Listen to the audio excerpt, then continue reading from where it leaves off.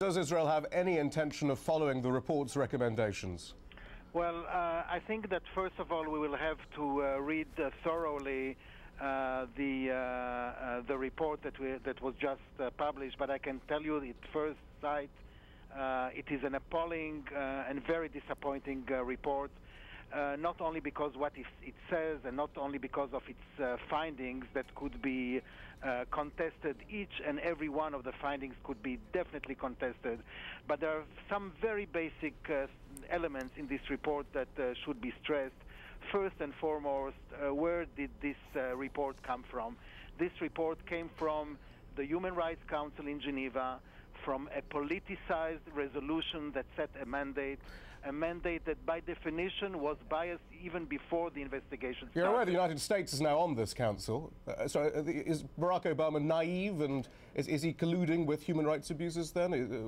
The US is on this council. Well, the U.S. was not in the council when this resolution was. I'm sure the U.S. would not agree to such one. Well, they agreed to join it once they actually got this report going. It did join it, and I'm sure that the U.S. will do a great job, because the U.S. has the values and the moralities and the high standards that many in the council lack. When you are looking at how this resolution and many other debates about Israel at the council are dealt with, then you would really ask yourself, is this really about human rights, or is it about politics? And let me That's very interesting, that if the US does then decide that some of the findings of this report are correct, you will be willing to go along with it then? Well, I don't want to, at this stage, to go into the merits. But you accept the US's position on human rights and on their judgment of this report, so if they decide that there's merit to this report, you will go along then with what this report is recommending. The state of Israel is a state, a law-abiding state whose international law, the real dealing with international law, as at the founding of the most basic values that are dear to us. But when we read a report that is politicized by nature, by its raison d'être, starts with politics, then we have to think really well, what does this all mean, and we reject. But if you haven't read the report, how do you know you can definitely contest every single one of its findings? Of what we read, from the first side of what we read, let me tell you, when a report looks in a sort of looks at Israel's investigation on some allegations that were thrown around about the way Israel is confronting terrorism, the way that this report deals with those investigations, let me tell you, I think any country would be proud to have the same morality and value in investigating itself after each military operation, which is something... Any country would be proud of traumatizing, dehumanizing, assaulting the dignity of the people of Gaza, using human shields, the unlawful detention, the use of obscenities and racist slogans. Any country would be proud of that sort of conduct? Israel is proud, and I repeat, is proud of the way it is investigating itself. But the report, sir, does not take into consideration the context.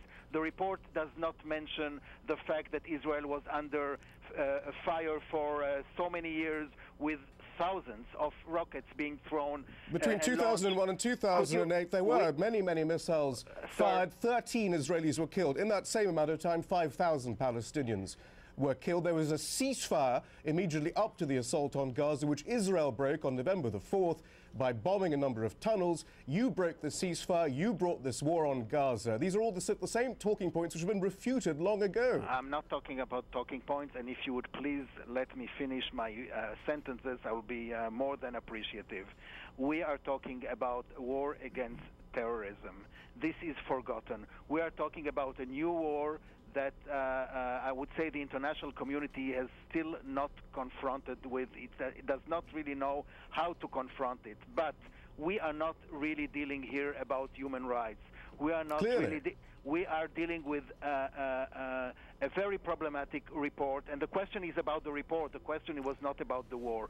The war is in the war or the hostility. Well, you were talking about the context. That's why I brought it up. But look, we want evidence. Then you always say these are Hamas assets and Hamas assets alone that were targeted. I remember having that conversation with various Israeli spokespeople during the war. We still don't have the evidence. We still don't have the cockpit videos. All we have are the corpses of civilians.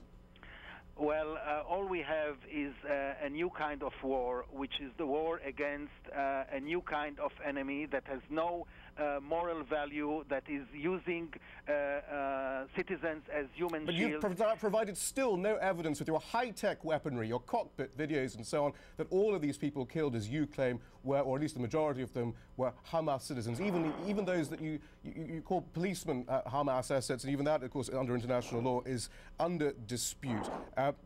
You used white phosphorus clearly on civilian targets and so on. It is up to Israel now to provide us with the evidence. You said that you will then refute each one of these charges against you. That's marvellous. That is actually what they're asking for.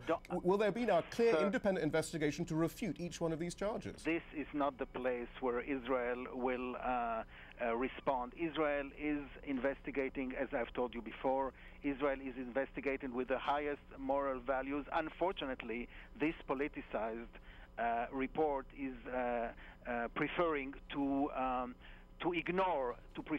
preferring to ignore reality because it has a mandate set off by a biased resolution that has prejudged the consequences and the results of this investigation. All right, but if in a 6-month period the International Criminal Court decides to take up the case, you'll have no complaints. They don't have the same mandate as the UN Human Rights Council, so no problem there, then. I would challenge